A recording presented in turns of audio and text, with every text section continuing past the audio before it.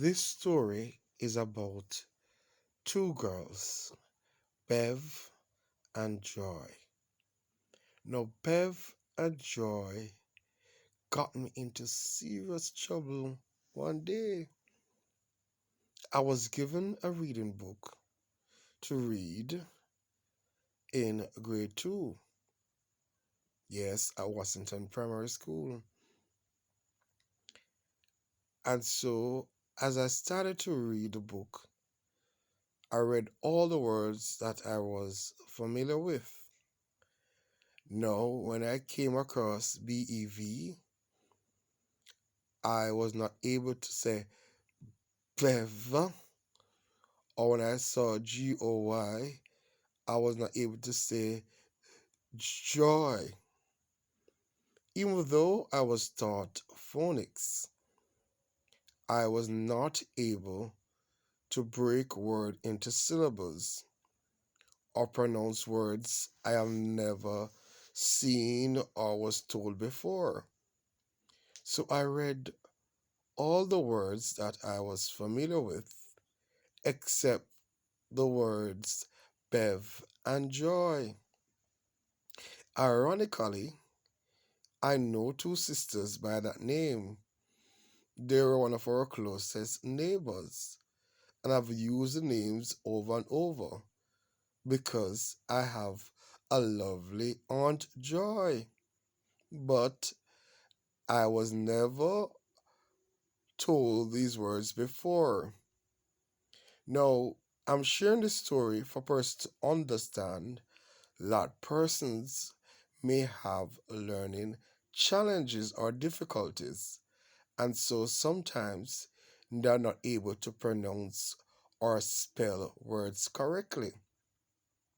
I remembered, especially at grade 4, my challenges with spelling because my teacher, Mrs. Roach, wonderful lady, kept me in at break time to practice spelling with our granddaughter who was in grade 2, and the girls from my class assisted the process because I was very good at comprehension, but I was behind or was the last when it comes on to composition and spelling.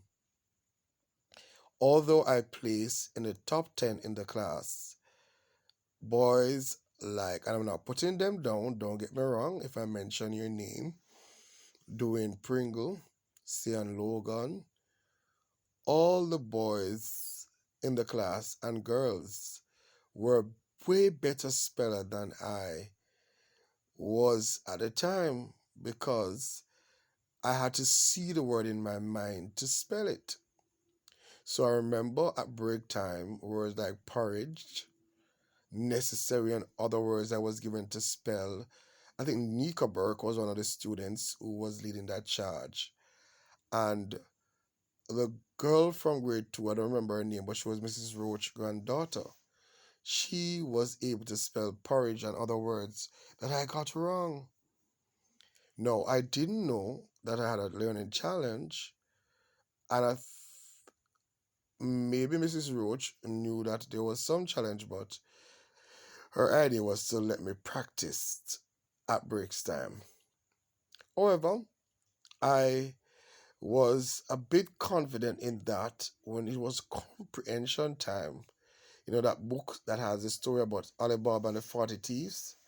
She paired us to do comprehension. So myself and Otada Wilson will always get 10 out of 10. However, there are times that she separates us and we'll still get 10 out of 10.